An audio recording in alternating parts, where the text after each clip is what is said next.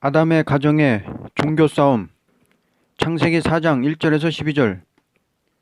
종교라는 것은 질적 타락을 가진 사람에게 영혼 구원을 목적한 것이 종교의 시발점이었다. 사람이 선악과를 먹고 질적 타락이 없다면 하나님 앞에 제사를 드릴 필요조차 없을 것이다. 그러나 선악과를 먹고 사람이 질적으로 타락이 될 때 피로써 대속의 제사를 드리지 않는다면 도저히 그 영혼까지도 다 사망에 들어가고 말 것이다. 그러므로 아담의 가정에 종교 싸움이 시작된 것이 금일까지 계속되는 싸움의 시발점이 되었던 것이다. 그러면 종교 싸움이라는 것은 왜 있느냐에 대하여 다음과 같이 본문을 통하여 말한다. 1. 응답이 있고 없는 데서 싸움이 있음. 1절에서 5절. 아담이 그의 아내 하와와 동침하매 하와가 임심하여 가인을 낳고 이르되 내가 여호와로 말미암아 득남하였다 하니라. 그가 또 가인의 아우 아벨을 낳았는데 아벨은 양치는 자였고 가인은 농사하는 자였더라. 세월이 지난 후에 가인은 땅의 소산으로 제물을 삼아 여호와께 드렸고 아벨은 자기도 양의 첫 새끼와 그 기름으로 드렸더니 여호와께서 아벨의 그 제물은 받으셨으나 가인과 그의 제물은 받지 아니하신지라. 가인이 몹시 분하여 안색이 변하니. 종교라는 것은 그 제사가 상달되느냐 안 되느냐 하는 데 의하여 합할 수 있느냐 없느냐 하는 것이 좌우된다. 아무리 한 아담의 몸에서 난 가인과 아벨이지만 하나님께서 가인의 제사를 받지 않고 아벨의 제사만 응답이 있을 때 싸움이 시작된 것이다. 왜냐하면 예를 들 적에 한 가정에 두 아이가 있는데 한 아이에게는 맛있는 빵을 주고 한 아이에게는 주지 않는다면 받은 아이는 기뻐하고 받지 못한 아이는 성이 날 것이다. 그러면 부모가 빵을 주는 것도 아무 아이에게나 줄 수 있다. 속담에 미운 녀석 빵 조각 더 주라는 말이 있다. 그러나 진리의 하나님은 아무리 사랑하는 아담이라도 하나님의 말씀을 순종치 않을 적에 용서 없이 에덴 동산에서 쫓아내었거든. 하물며 제사를 받으시는 하나님께서 중심을 보시는 것이니 중심에 간절한 마음이 없는 사람의 제사는 받을 수 없을 것이고 간절한 사람의 제사만 받는 것은 합법적인 일이라고 볼 수 있다. 이제 가인의 제사는 왜 받지 않았느냐에 대하여 다음과 같이 이유가 있다. 첫째, 선을 행치 않는 죄이다. 6절에서 7절 상반절. 여호와께서 가인에게 이르시되 내가 분하여 함은 어찌 됨이며 안색이 변함은 어찌 됨이냐. 내가 선을 행하면 어찌 낯을 들지 못하겠느냐. 하나님은 그 재물을 보는 것보다도 중심에 하나님의 시키시는 일을 단마음으로 순종하느냐 않느냐는 것을 보시는 것이니 하나님의 일을 단마음으로 순종치를 않는 것이 큰 죄이므로 선을 행치 않는 가인의 영적 상태를 볼 때 하나님은 그 제사를 받지 않았던 것이다. 심중은 간절하나 실수가 있는 사람보다도 제사는 드리면서도 그 중심이 간절한 것이 없는 가인의 제사는 받지 않았던 것이다. 둘째, 죄의 어미가 되는 일이다. 7절 하반절. 선을 행하지 아니하면 죄가 문에 엎드려 있느니라. 죄가 너를 원하나 너는 죄를 다스릴지니라. 하나님은 가인에게 죄의 소원은 내게 있으나 너는 죄를 다스릴지니라 했다. 죄도 두 가지로 볼 수 있다.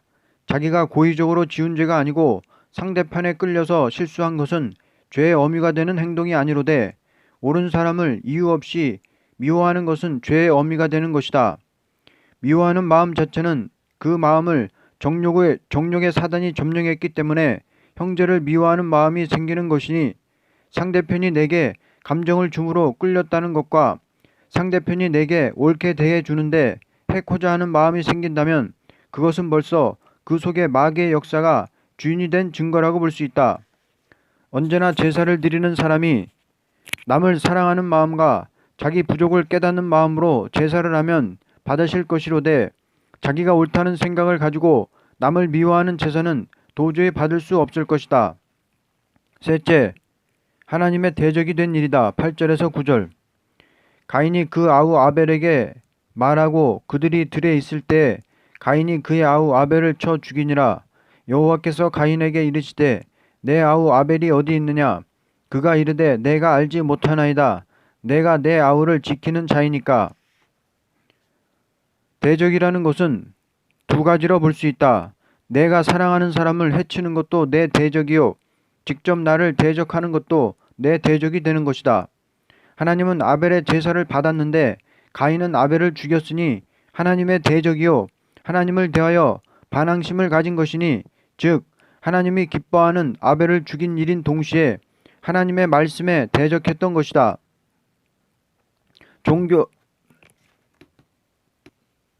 종교악이라는 것은 세 가지로 볼 수 있다.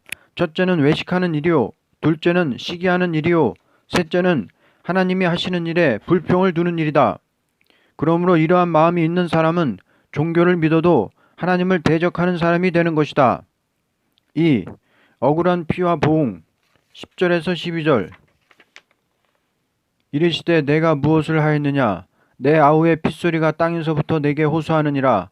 땅이 그 입을 벌려 내 손에서부터 내 아우의 피를 받았은즉 내가 땅에서 저주를 받으리니, 내가 밭을 가려도 땅이 다시는 그 효력을 내게 주지 아니할 것이요, 너는 땅에서 피하며 유리하는 자가 되리라. 억울한 피가 이 땅을 적신 일은 대부분이 종교 싸움에서 된 일이라고 볼 수 있다. 아담의 집에서 시작된 피의 호소가 이날까지 계속되고 있다. 이 피값은 새 시대가 이룰 때야 갚아준다고 계시록 16장 6절, 17장 6절, 6장 9절에서 10절에서 말했다. 언제나 하나님 앞에 제사를 드려도 응답을 받지 못하는 사람은 마귀의 도구가 되었고, 제사의 응답을 받은 사람은 하나님의 종이 되어 억울하게 마귀의 도구가 되는 사람에게 피해를 당했다는 것이 이날까지 종교적인 싸움의 역사라는 것이다.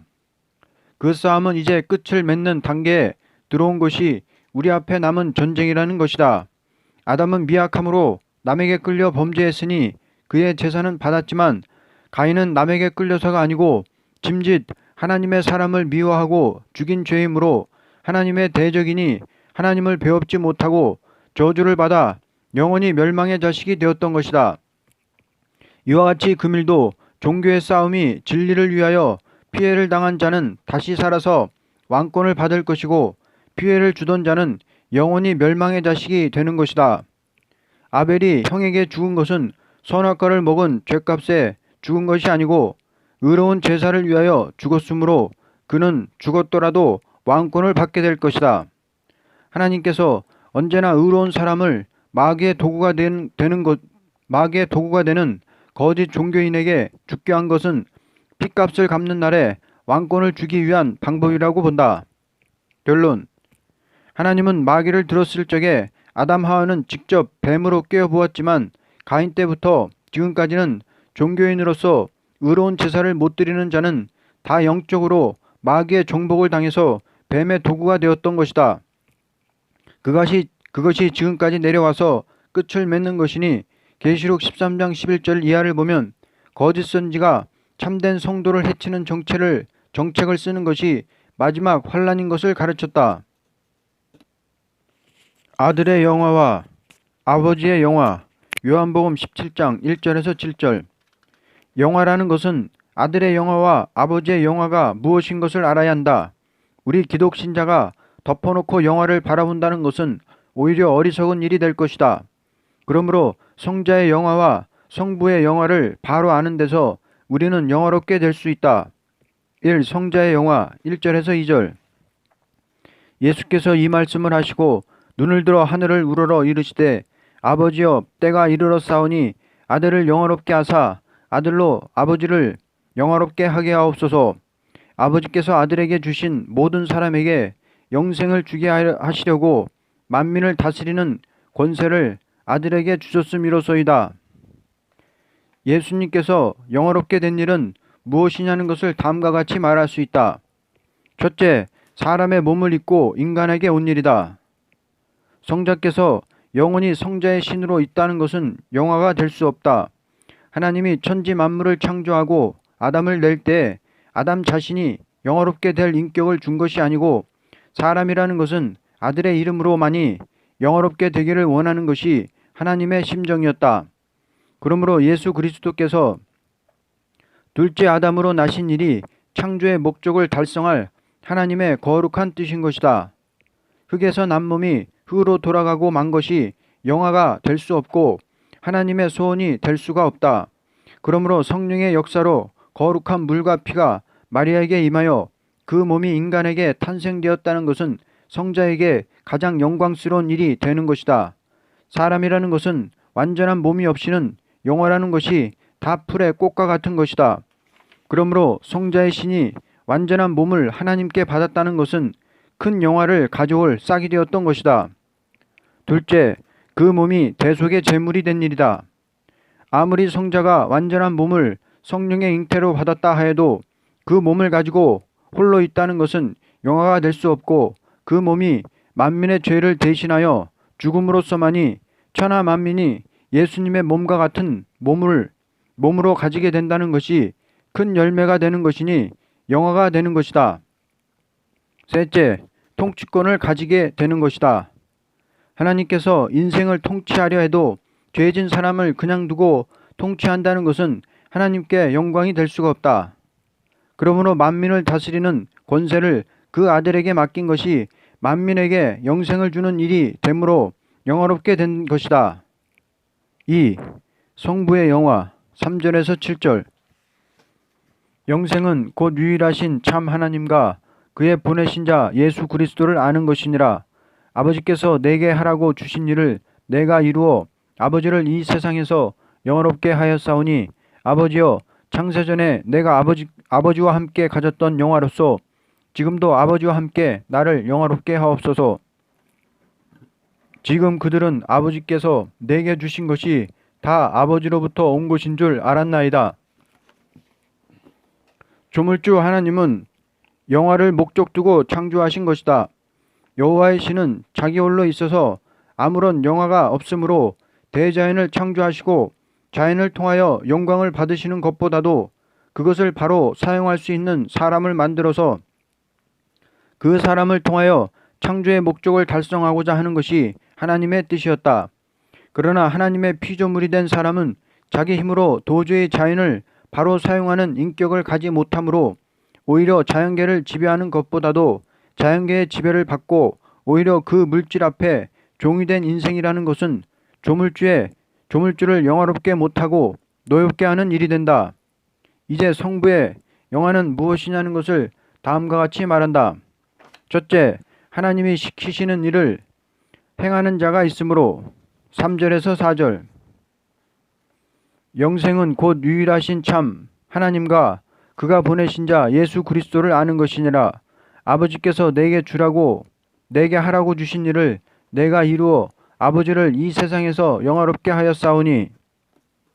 이 땅에서 하나님이 하라는 일을 하는 사람이 없게 될 때에 이 세상은 죄의 세상, 사망의 구렁텅이가 되고 마는 것이다.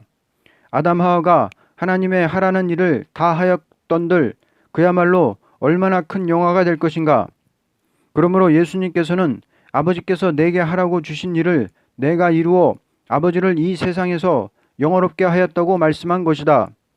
예수님이 행하신 일이 없다면 하나님께는 아무런 영화가 될 수가 없는 것이다. 하나님이 천지 만물을 창조하고 그 영화를 이루지 못한다는 것은 하나님의 영화보다는 하나님의 큰 슬픔이 될 것이다. 그러므로 죄로 말미암아 죽은 인생들이 하나님의 아들이 행하시는 일로 말미암아 구원을 받아 아버지 앞에 예배하고 하나님을 순종하게 되었다는 것은 큰 영화가 되는 일이다. 첫째 아담이 순종치 않으므로 천하의 모든 사람이 질적 타락으로 본질상 하나님의 진노를 받을 사람이 되고 만 것이다. 그러나 둘째 아담 예수님이 죽기까지 순종함으로 모든 사람이 하나님의 신을 받을 수 있고 하나님의 축복을 받을 수 있는 사람이 됨으로써 주고 싶은 사랑의 자체가 되신 하나님의 영화가 되는 것이다. 의 중에 큰 의는 의로우신 하나님의 시키시는 일을 순종하는 일이라고 보게 된다. 그리스도 한 분이 하라는 일을 함으로 하나님을 영화롭게 한 것이다. 둘째, 아들과 함께 영화롭게 됨 5절. 아버지여, 창세전에 내가 아버지와 함께 가졌던 영화로서 지금도 아버지와 함께 나를 영화롭게 하옵소서. 예를 든다면 아버지는 아들과 함께 있지 않으면 아버지 마음이 슬퍼하는 것이 인간의 본질인 것과 같이 하나님의 사랑의 본질은 아들과 함께 영화롭게 되는 것을 기뻐하는 것이다. 아들이 영화롭게 될 때 아버지는 그것을 자기 영화로 생각하는 것이 참된 사랑이라는 것이다. 인간이 행함으로 되는 것보다도 아들의 이름으로 응답이 와서 이루어지는 일을 하나님은 영광스럽게 아는 것을 우리 인생은 알고 겸손히 그 뜻에 순종하는 것뿐이다. 결론.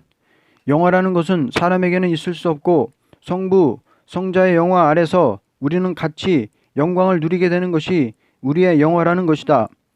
왜냐하면 성부, 성자의 활동은 죄를 지은 인생들이 성부, 성자의 영화 아래 들어오기를 원하시기 때문이다. 온전함을 이루어 하나가 되는 역사. 요한복음 17장 21절에서 24절. 인류 역사상 하나가 되는 일은 심히 어려운 일이라고 하는 것을 부인할 수 없는 사실이다. 그러므로 온전함을 이루게 되므로 하나가 되게 하기 위하여 성자 예수님은 하나님의 보내심을 받아 세상에 오신 것이다. 완전한 나라라는 것은 온전함을 이룬 사람들이 하나가 되어 이루어지는 나라라고 볼 수 있다. 이제 온전함을 이루어서 하나가 되게 하는 일에 대하여 다음과 같이 본문을 통하여 알 수 있다. 1. 주 안에 있게 됨으로 하나가 됨. 21절. 아버지여, 아버지께서 내 안에 내가 아버지 안에 있는 것 같이 그들도 다 하나가 되어 우리 안에 있게 하사 세상으로 아버지께서 나를 보내신 것을 믿게 하옵소서. 주 안이라는 것은 주님의 사랑 안에 들어가는 것을 말한다.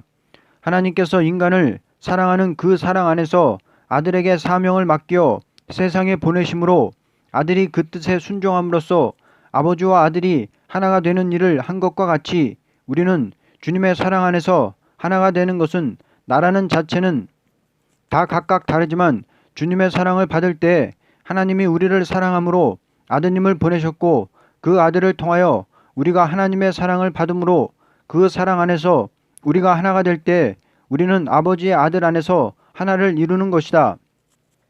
그러므로 성부, 성자, 성신이 우리를 사랑하는 그 사랑을 행하기 위하여 역사할 때 우리는 그 사랑에 이끌려서 하나가 되는 가운데 그리스도 품 안에서 도덕을 초월한 하나님의 사랑의 역사를 통하여 하나가 되는 것이다.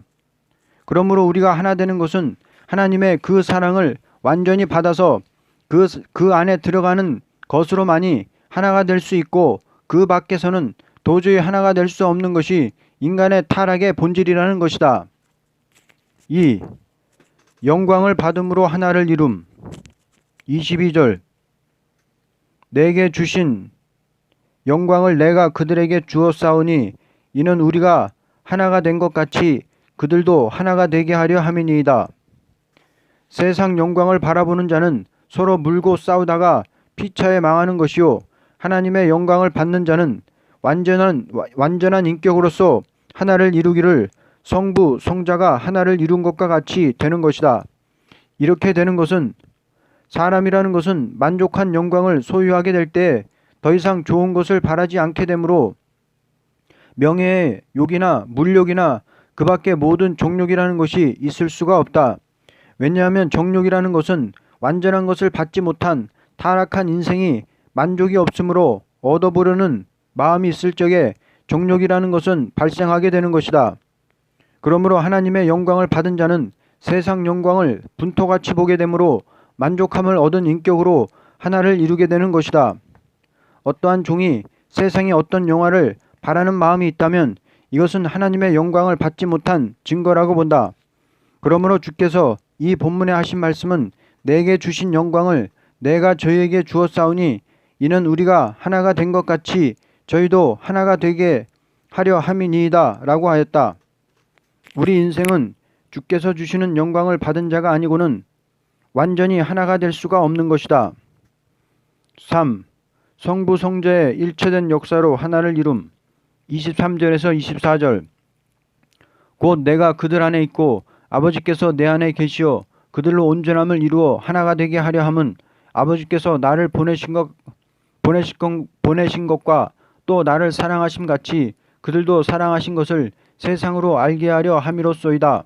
아버지여, 내게 주신 자도 나 있는 곳에 나와 함께 있어 아버지께서 창세전부터 나를 사랑하심으로 내게 주신 나의 영광을 그들로 보게 하시기를 원하옵나이다.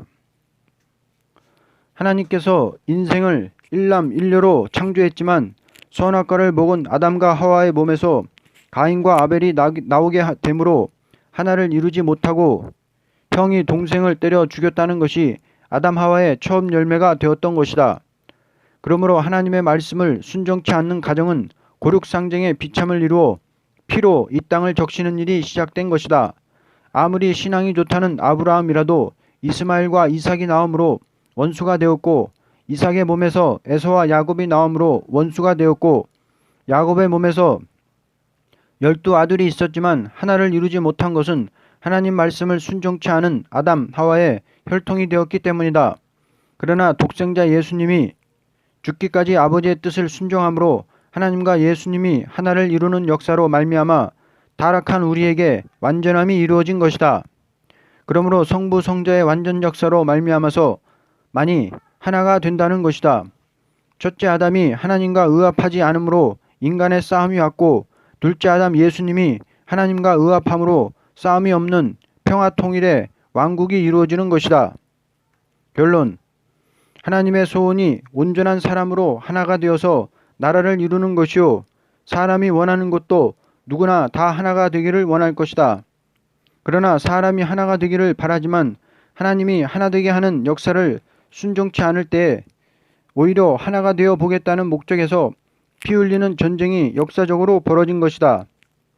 왜냐하면 언제나 강자가 약자를 잡아먹고서 강자의 세력으로 하나가 되겠다는 것이 죄악이 되기 때문이다. 하나님께서 하나가 되게 하는 것은 하나님이 인생을 찾아오셔서 인생을 위하여 자기가 죽어서 하나가 되게 한다는 것이므로 이 사상만이 완전한 사랑이니 이 사랑의 역사로만이 세계 평화 통일의 하나를 이루는 승리가 있게 될 것이다. 이란 공력이 헛될까 조심하자. 고린도전서 3장 10절에서 23절. 우리는 날마다 사는 생활이 집을 세우는 자와 같은 생활이다. 그러므로 집을 짓되 어떠한 집을 지어야 될 것이냐 하는 것이 문제가 아닐 수 없다. 만일 집을 짓고라도 그 집에서 영광을 누리지 못하고 무너지고 만다면 오히려 집을 짓지 않은 것만도 못할 것이다. 이제 어떻게 집을 지어야 그 공력이 헛되지 않을까 하는 일에 깊이 깨닫는 바가 있어야 할 것이다. 1. 사도 바울이 닦은 터 위에 집을 짓자. 10절에서 15절. 내게 주신 하나님의 은혜를 따라 내가 지혜로운 건축자와 같이 터를 닦아두매 다른 이가 그 위에 세우사 그러나 각각 어떻게 그 위에 세울까를 조심할지니라. 이 닦아둔 것 외에 능히 다른 터를 닦아둘 자가 없으니 이 터는 곧 예수 그리스도라. 만일 누구든지 금이나 은이나 보석이나 나무나 풀이나 집으로 이 터 위에 세우면 각 사람의 공적이 나타날 터인데 그 날이 공적을 밝히리니 이는 불로 나타내고 그 불이 각 사람의 공적이 어떠한 것을 시험할 것임이라. 만일 누구든지 그 위에 세운 공적이 그대로 있으면 상을 받고 누구든지 그 공적이 불타면 해를 받으리니 그러나 자신은 구원을 받되 불 가운데서 받은 것 같으리라. 우리는 이 말 저 말 이 생각 저 생각 할 필요조차 없이 사도 바울이 14권의 성경을 쓴 그대로 신앙의 토대를 잡으면 그 이상 더 할 것이 없다고 본다.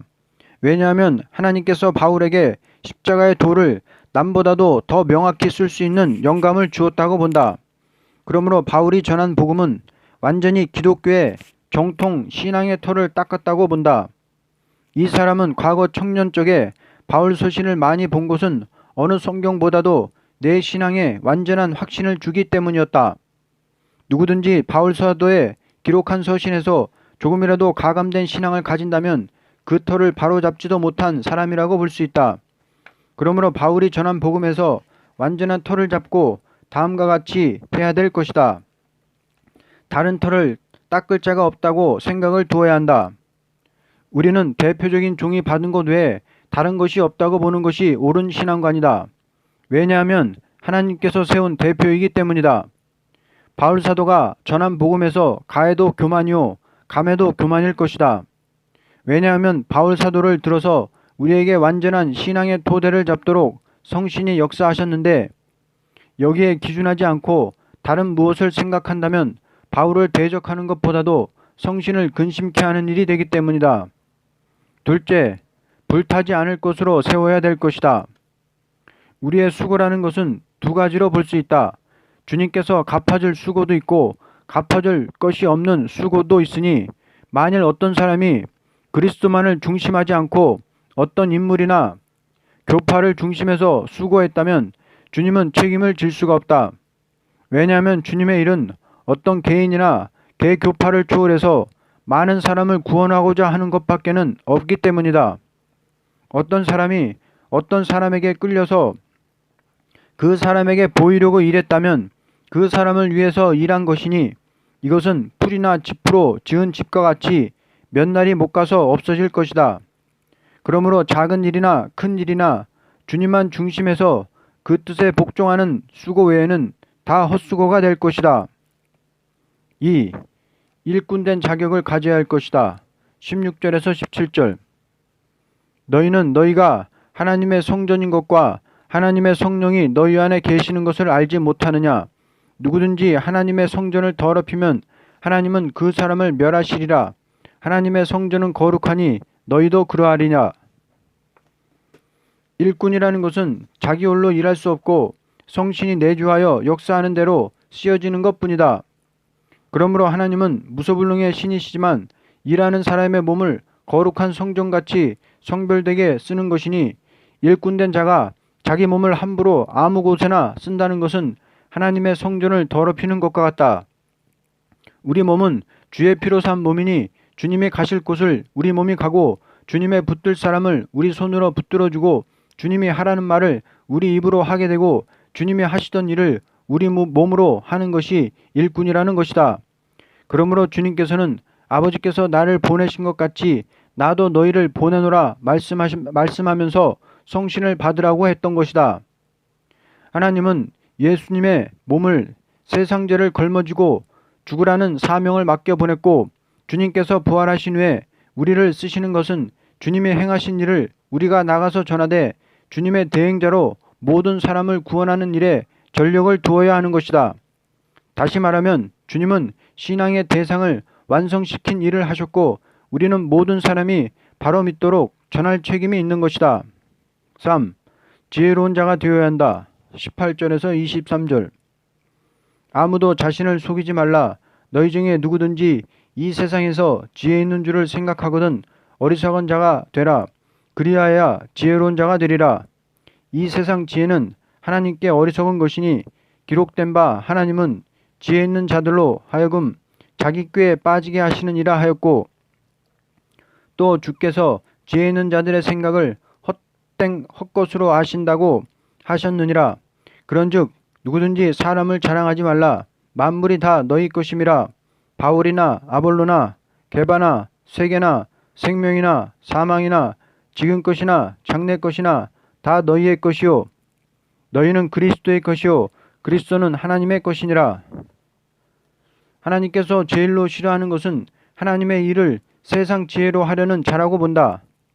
그러므로 세상 지혜를 어리석은 일로 보고 하나님의 지혜로만이 하나님의 일을 바로 할 수 있다고 생각하고 절대 사람을 자랑하지 말고 하나님의 완전 지혜를 받기 위하여 노력하는 동시에 그 지혜로만 모든 일을 이루어 나가려고 할 때 지혜로운 건축자가 될 수 있다.